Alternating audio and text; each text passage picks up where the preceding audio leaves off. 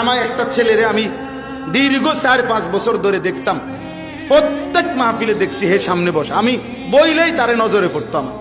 পরে একদিন আমি তারে ডাকছি, ডাইকে আমি বললাম তুমি কি করো? কয় হুজুর আমি মানে প্রতিদিন ঘাস কাটি, আর ঘাস কাইটা বিক্রি করি, যা পাই তা দিয়ে সংসার চালাই।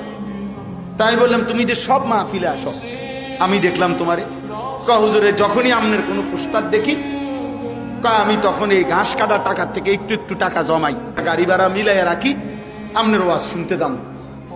তাই বললাম যে মাশাআল্লাহ। তো আমি বললাম যে তো আর কিছু কইবানি? কও যে আমার জীবনের একটা স্বপ্ন আছে। আমি বললাম কি স্বপ্ন কও? আমি 10 টাকা 50 টাকা করে জমাইতেছি, আল্লাহ যদি আমারে কোনোদিন তৌফিক দেয় আমি আমনের আমরা এলাকায় দাওয়াত দিয়ে নিয়ে ওয়াজ করাম। পরে আমি বললাম ওহন দাঁড়া, অন ডেট লো, এখন নাও ডেট, আজকে তোমারে ডেট দিলাম, হাদিয়া দিতে হবে না, আমি দিমু তোমার, এটা তোমার মাহফিলের চান্দা আমি দেবো, ও আজের টেহা লাগতো না, তুমি যাও, তুমি আয়োজন করো, যেখানে কও তুমি, তোমার ঘরে হোক উডানে হোক, আমি ওখানে ওয়াজ করব।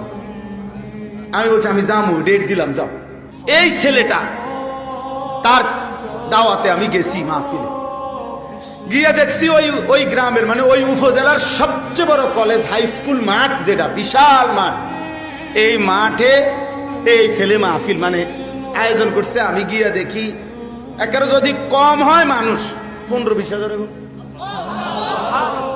স্টেজে যদি একেবারে না হয় হুজুর 300-400 হুজুর হইব। হুজুর খেলাফত মজলিসের যিনি কেন্দ্রীয় আমির, এই যে দেওয়াল ঘড়ি মার্কার যে খেলাফত মজলিস, উনি বসা পাশে, ওনার বাড়িতে বানিয়েছে বড় বড় হুজুর সব।